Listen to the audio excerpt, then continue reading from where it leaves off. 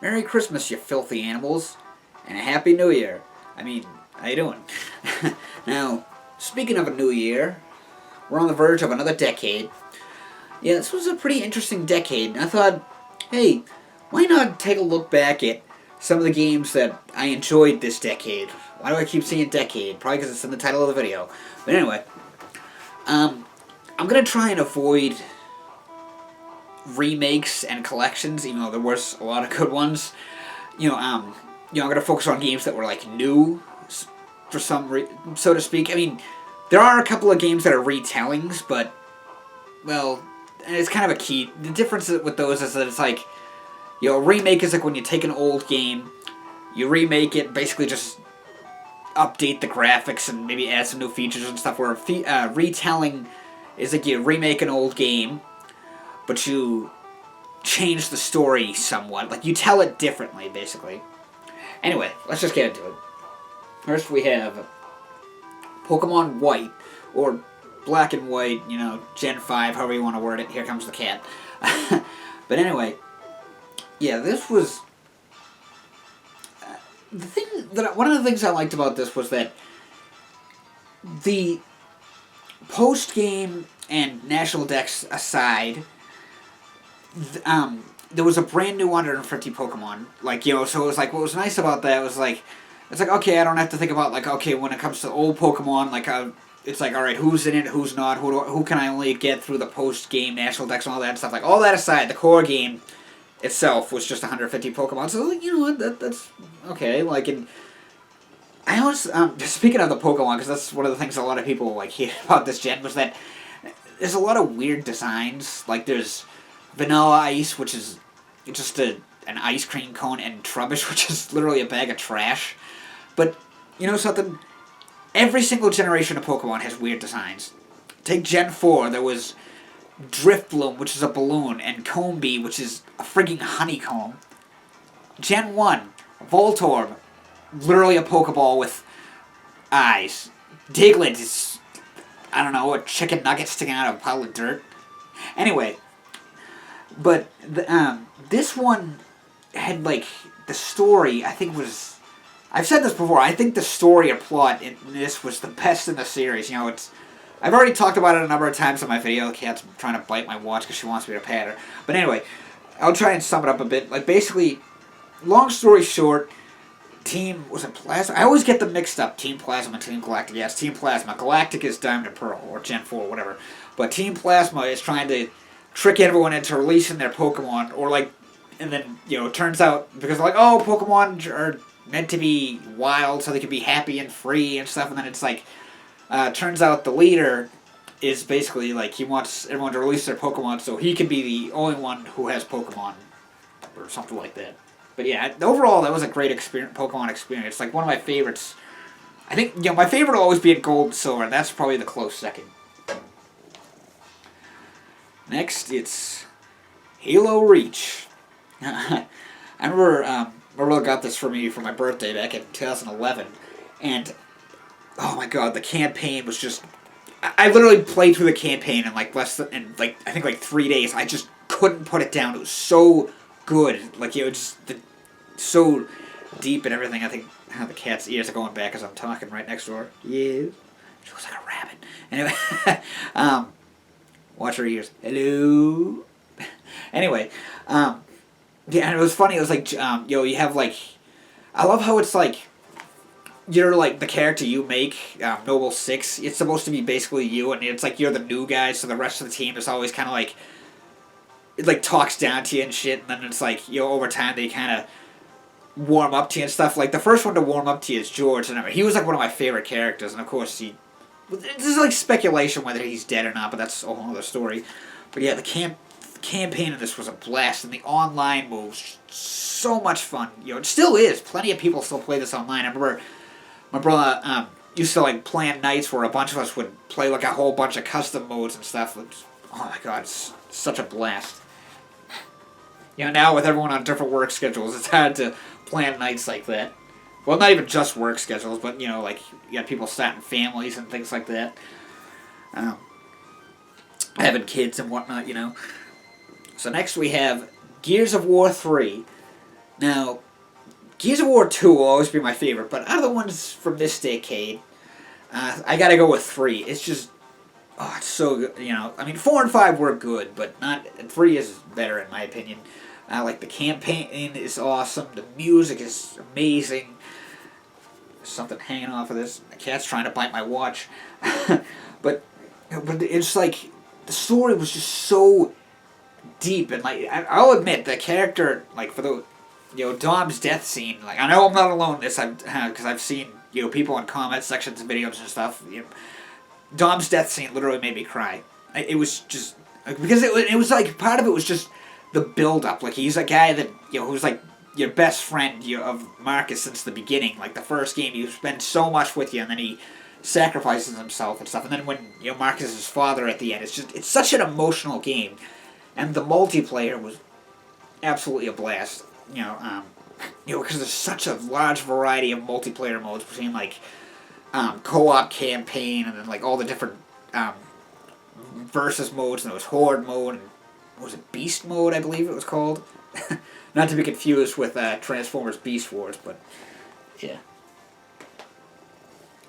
So next it's Shovel Knight, which this was like literally like the best indie game of the decade in my opinion. But it's funny, I actually bought this digitally on the Wii U, and then I was like, when it was getting the physical release, I was like, yeah, I'll buy it again just so I can get the instruction manual. Like I don't know why I really went with the 3DS version, but whatever. But the instructions, because it's so like colorful and everything, and like. So I was like, I gotta get the physical release. But this is a must-play game. It's so good. It looks, feels, and plays just like an NES game. The music is just absolutely awesome. It's like the music in this, I honestly think is like, I think this is the best when it comes to indie game soundtracks. This is definitely the best. Next to Castle Crashers, that's probably like, well, it's because that one had a great soundtrack, so it's probably a close tie-ish. But it's just such a great game. I mean, I like how the controls are just like an NES game. Like, it's like, say you're playing on like X-Bone. It's like you push, instead of pushing like B to use your special attacks, you push up and X, which is your regular attack. Well, so it's just, like I said, if you haven't played this game, you gotta play it. It's so good. Next one, this was. It got like mixed reviews because it's one of those games you're either gonna love it or hate it. Personally, I loved it. Star Fox Zero. Now, basically, it's a retelling of like the classic game, like the N64, the Super Nintendo, whatever. The controls take some getting used to, but overall, it's a really fun experience. And I've mentioned this countless times in my videos,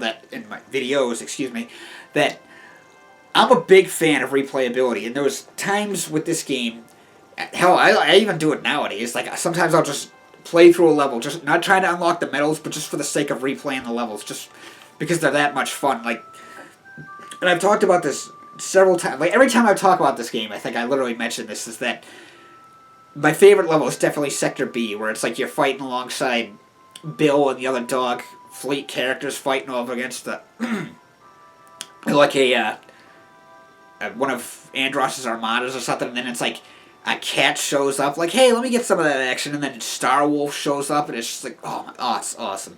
But yeah, the game, it's like I said, it's not great, but like, where was I going with this? Like,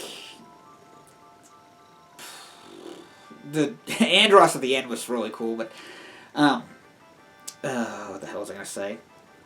Yeah, overall, it's a good game. I liked it. It's not great, but it's not bad.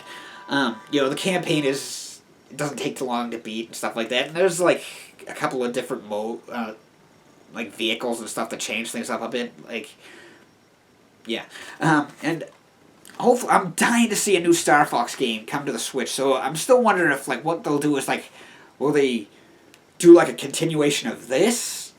Or will they just recycle the story again? But either way, I'd love to see a new Star Fox game on the Switch. Whether it's a sequel or a remake or whatever. Just love to see a new one on there. Next, it's Mortal Kombat X, or 10, whatever you want to call it. This was such an awesome Mortal Kombat game. You know, like good variety of characters, the fatalities. Some of them are just like, like like a little too much for me even. But yeah, 11 was good too, but this one was better.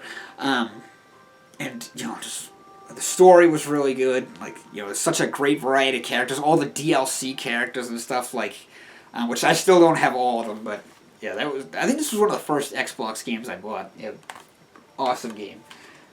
Well, maybe not one of the first, but whatever. And then we have Mega Man 11, a long-awaited sequel. Very good game, very hard, but it's like I said, a long-awaited sequel. It lived up to the standards, I think. It's almost like a cross between the first game and the 8th. Like the voice acting is very much improved. It's not the best, but it's way better than it was in 8. And like I said, I heard this game. I think I mentioned this in another video. It has sold over 1 million units, which is good. Hopefully they'll keep this gravy train a-flowing. We'll see a 12, a 13. If the Mega Man games, if they went all the way up to at least 20, I think I'd be happy with that. Like, if by the time that would happen, I'd be like, I don't know, maybe close to 50, and then it's like, okay, I got 20 games to look back on, not counting the Mega Man X games. Like, that's more than enough for me, because, like I said, big fan of replayability. Next we have Wolfenstein: The New Order. Now, I never really got into the Wolfenstein games, like, years ago, but then when I heard about these ones, how they were retelling the story and stuff, and I was like, oh, I'll have to check that out. And out of the ones from this era, there was, if you go in the order of the story, it's Old Blood, The New Order, and New Colossus. Personally, I like, and then Young Blood, which is, I don't know, I haven't played it. It seems like more of a spin-off, and I might try it out, like, when it comes down to price or something, I don't know, but this one just really stands out to me for some reason. It's such a phenomenal game. Like, and it was like one of those games that had like on the edge of my seat. Just like the action is so intense, the story is so deep and like emotional that sneaking around scenes are really good. It was one of those games that like I hated to see it end because it was just that good. Like oh my god, the boss fights are incredible. And and I love like what they did with the story, like how they retold it, how basically the Nazis won World War II and they ruled the world, so Blazkowicz and among others like form a resistance to fight back. It's just such an amazing game, and like I said, because obviously I can go back and replay it, but sometimes when you play a game the second time, it's not the first good as the first. But yeah, like I said, it was one of those games I hated to see it end, even though I can replay it. But whatever. So next we have Doom, which was, like another remake, a retelling. Absolutely phenomenal game. It's so like, what's the word I'm looking for? Like, what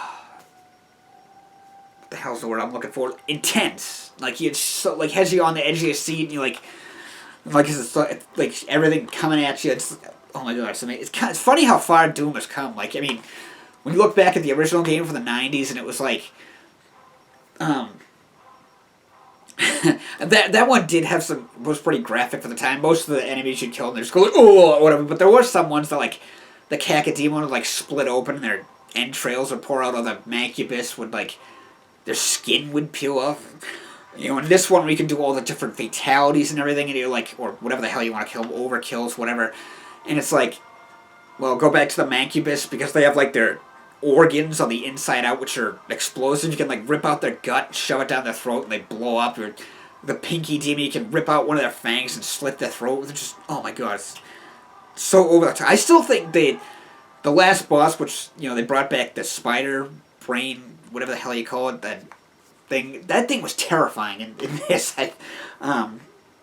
And the multiplayer was a lot of fun. It reminded me of like those 6th gen first-person shooters, which I think that's kind of what they were going for. And I love how when you use the chainsaw on enemies and they'll like try and block it and stuff. It's just, oh my god, it's such an amazing game.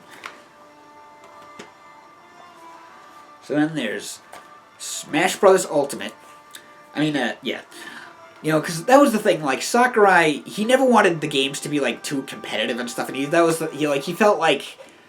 he felt Melee was too competitive, and then he felt Brawl was too easy. So he wanted to make like a good balanced medium, which he did with the Wii U and 3DS. So basically, Ultimate took those games and made them like a million times better. You know, you still got all these DLC characters coming and stuff, and it's just, you know, the story is, or the what the hell do you call it, the like adventure mode or whatever. It's it's better than what they did with the previous game, where it was like that board game type of thing. You know, Spirit Board. It was all right. You know, this one is, you know, it's way better in this one. It's like literally like the best Smash Brothers game to date. I still love all the other ones, but this one is just top notch. Finally, Legend of Zelda: Breath of the Wild. Now, I'm going to be honest, when I first played this game, I was like, it's okay. It like starts off a little slow, but then it's like once you pick it, it starts to pick up and you find, like, you know, you start doing all the like trials and completing like side missions and you like trying to unlock stuff. It's just like, oh my god, this is like, it's absolutely phenomenal. Like, this is such an amazing game. Like, this whole world, all this stuff to explore. Like, I mean, it was times where I would sit down and just go around exploring. Like, I wasn't even trying to progress through the story. I was just going around exploring. It's such an amazing game, and I know they're working on like a sequel, so it's like, or they're gonna make another game that's literally like the same formula. We don't know much about it other than the fact that it's like in development, but yeah, that's looking forward to. So those are just, I mean, there are others games that, but these are just ones that really stood out to me of my favorite games of the decade. So, what are some of your favorite games from this decade? Let me know in the comments section below. If you enjoyed this video, feel free to give me a thumbs up. And if you haven't already, make sure you subscribe to this channel. But as always, thanks for watching.